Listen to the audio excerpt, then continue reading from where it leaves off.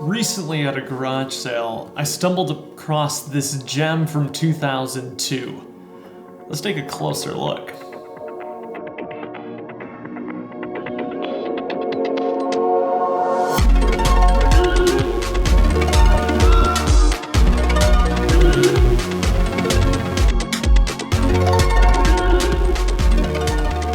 So this is set number 4789 AT Aquatic Mech. It was part of the Alpha Team theme, specifically the Mission Deep Sea sub-theme. A sub-theme that I literally had no experience with until this set ended up in my house. There's a number of things that are absolutely fascinating about this set.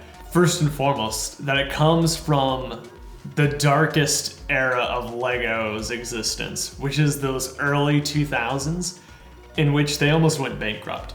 And I think this set exemplifies some of the things that were going horribly wrong in the company at the time. So I did some more research and found that it was a retail exclusive from the year. Looks like there's only 5 of these things actually available on Bricklink, only one of which is in the US. So it was quite fun to run into this once I figured out what I actually had in my hands.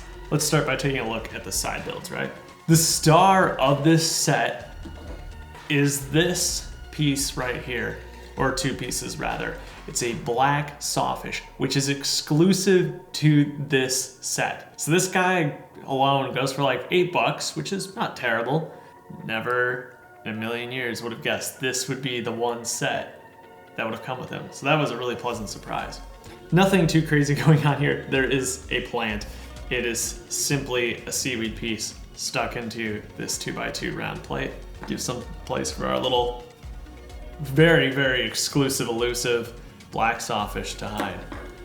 This little guy is TV. He is the aquatic variant of the TV robot that shows up through all 3 of the Alpha Team sub-themes. This is a delightful little build with this rubber roll cage kind of split around him.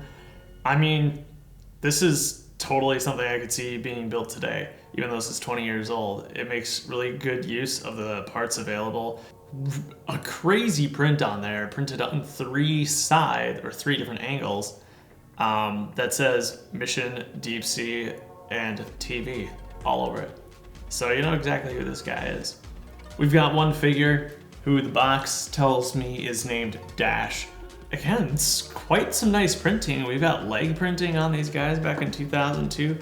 The mech is its peak 2002 Lego. It's got way too many prints, way too many specialized pieces, and the iconic shuffle lock, which came in so many different robot sets. Space sets feature this a lot, the Robo line especially. Almost all their robots walk like this. But hey, don't fix what ain't broke. It works and it's pretty fun. So, I mean, that looks pretty good, right? This thing, where do you even start with this? There's so much bizarre things happening here, which makes for an amazing yet useless parts pack that I have picked up for myself.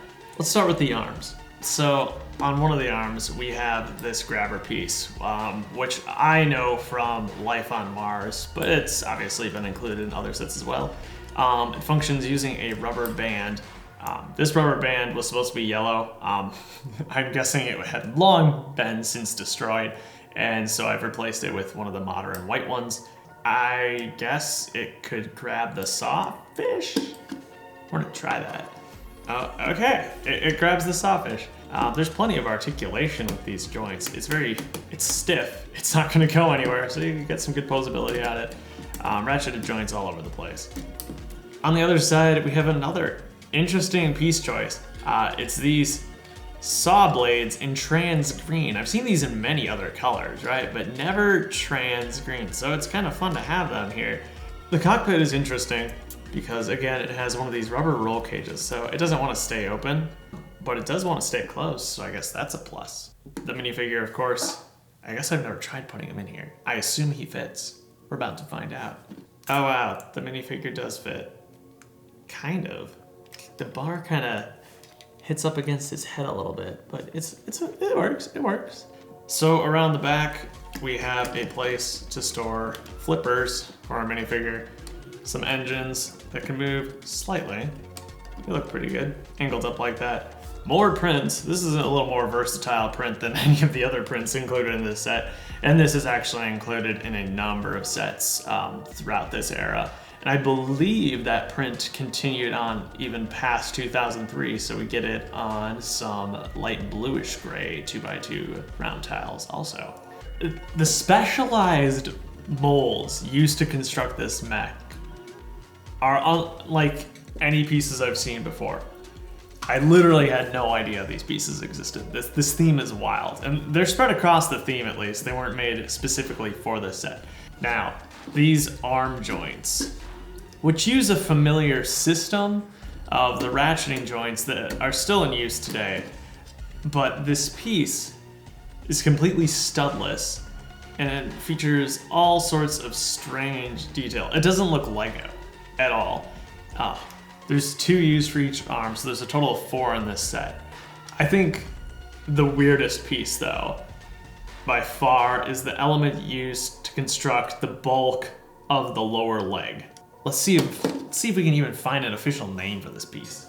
Bricklink's calling it the yellow support foot platform with black danger stripes and hose pattern robot diver. Would you believe me if I told you this was a single piece and that it was Lego? So this is used in several sets throughout the sub-theme. And we got our regular 2x2 brick embedded in there. The sides, we got Technic pinholes, regular studs. We got this exclusive print that continues over the other side, same thing. There we have 2 studs, and then 2 studs on top with bar holes. And then around the back, we've got 2 more studs and the axle connection. This piece is ridiculous. This is why Lego almost went bankrupt, because they made weird things like this for every single set that came out. But it's cool to look back on now, for sure. I'm now going to highlight the piece you least expected me to show off, which is this 1x1 modified clip with the studs on 2 sides in gray. This is actually one of the rarest pieces in this set. It's only included in 4 sets total in this color. It's so weird. This is the only Alpha Team set it's included in. The other sets are as follows. 7410 Jungle River, part of the Orient Expedition line. It's got the white boat. That's another crazy set. This one blew my mind. So one of the 4 sets, this 1x1 gray clip with the studs is included on.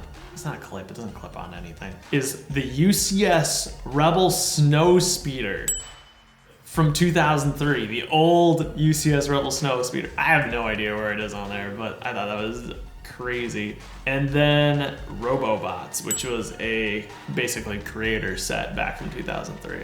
So this was actually the first set in 2002 that introduced this piece in gray. This set probably retailed for $20 in the US, but I can't find anything confirming that. It was 15 pounds in the UK, so it would make sense if it was about that over here. Since we've got this beautiful box, we might as well take a closer look at it. So an interesting thing I noticed about this set is that he's included here with a regular visor, but he's included with the more goggle-like attachment for the helmet here, and it shows that on the edge. So this set might have actually included the regular visor, whereas all the other sets would have included the goggles. Total piece count is 164 pieces, which would make sense for about a $20 set. So you saw on the top, but the main cast of characters for the theme is featured up here. Crunch Cam Ogle, of course, which is Lego spelled backwards. He is the villain. Dash is the figure included with the set. We got Charge, Radia, and Flex as well. Not much going on here except some markings that happened. On this side, we've got a side view of the mech looking at that pretty epic wingspan on the thing. On the back, we've actually got some alternate builds, which I found pretty good. The use of these for the propellers I thought was really clever. And we got the hook on the top for grabbing your swordfish. And then a more submarine looking like thing with the arms with the same uses. So that's a cool feature, and nothing on the bottom. But yeah, this box is beautiful for being 19, almost 20 years old. So that's what sold me. Who wouldn't love a box like this? This thing is beautiful.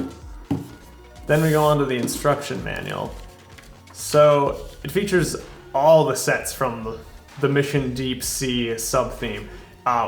There's quite a lot going on. Of course, the only set that's not included here is the Aquatic Mech, just because it is a limited edition retail exclusive. So I did find that kind of ironic. But there's some crazy sets. This is the other model that I was able to pick up. The squid, I thought that was quite nifty. The base is something else. I would love to see that in person one day.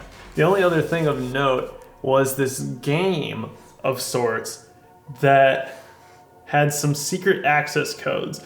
Apparently this is some online feature, and I hate to say it, but I'm guessing that the Alpha Team website probably got taken down 15 years ago. And then we have one of the alternate builds on the back.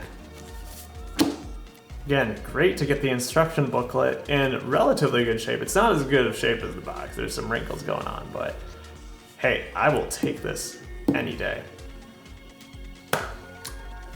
All in all, this is a set that exists. It has brought me tremendous joy. It was not something I was expecting to get on this little excursion out into the world of garage sailing, but this beautiful box drew me in, and $20, yeah, it's painful for a rummage sale, but still, for a Lego guy, that's good. That's good stuff for something in this good of condition. This set exemplifies some of Lego's worst tendencies back in the early 2000s. Prints all over the place where they really don't need to be, and a ton of ridiculous exclusive molds. And while I'm very thankful for it, unnecessary exclusive pieces like a black sausage, all of which add a lot of cost to the production of an item like this, especially an item that has limited retail availability as it is. This was not an easy thing to get your hands on. There weren't a lot of copies made. It's amazing that this showed up out here in Minnesota and I was able to get my hands on it. I'm super excited about it. At the end of the day, why does this set exist? it was a poor choice, but I'm glad that it does, because it really lets us look back on a period that wasn't all that long ago. But we can see that Lego has indeed come a long way. Not only in how they design mechs and things like this, but just in how they produce their product. This is a very different time. But still very much Lego. Even though there's un-Lego-like elements going on here, it's what I love about Lego. It's the same pieces built back in the 70s still work with your pieces today. As weird as some of these pieces are, I can incorporate them into a mock, and if it's at all possible, I'd like to give it a try. If you enjoyed this look back in time at this set, I do have another Alpha Team set I'd be more than happy to bring out, so let me know what you think. Thank you so much for watching. For those of you waiting for part 3 of the LEGO Masters Q&A, that is in the works. I recently took a trip to Brickworld, Milwaukee. I got to see some of my castmates again, so it did put a little bit of a delay on that video, but it is coming up next week. So thanks for your patience.